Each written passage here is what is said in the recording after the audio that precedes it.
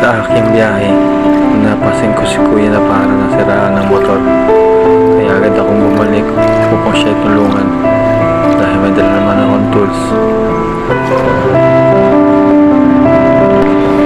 Ako nga pala si Gon. Hindi ako mabuting tao, hindi din ako mayaman. Katulad din ako makasalanan. Dahil sa lang ang mabuti, ang Diyos. Pero ginagawa ko to kasi alam ko ito ang tama. Dahil sabi ng Diyos sa Efeso 5:16, samantalin ninyo ang bawat pagkakataon na kayo makagawa ng mabuti, sapagkat punong-puno ng kasamaan ng daigdig ngayon.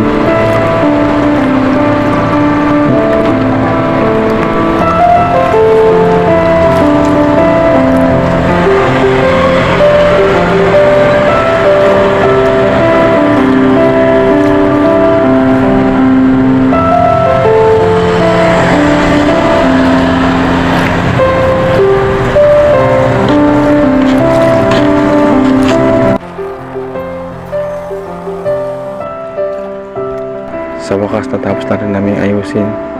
May napasaya na naman tayo. Talaga napakabuti ng Diyos. To God be the glory.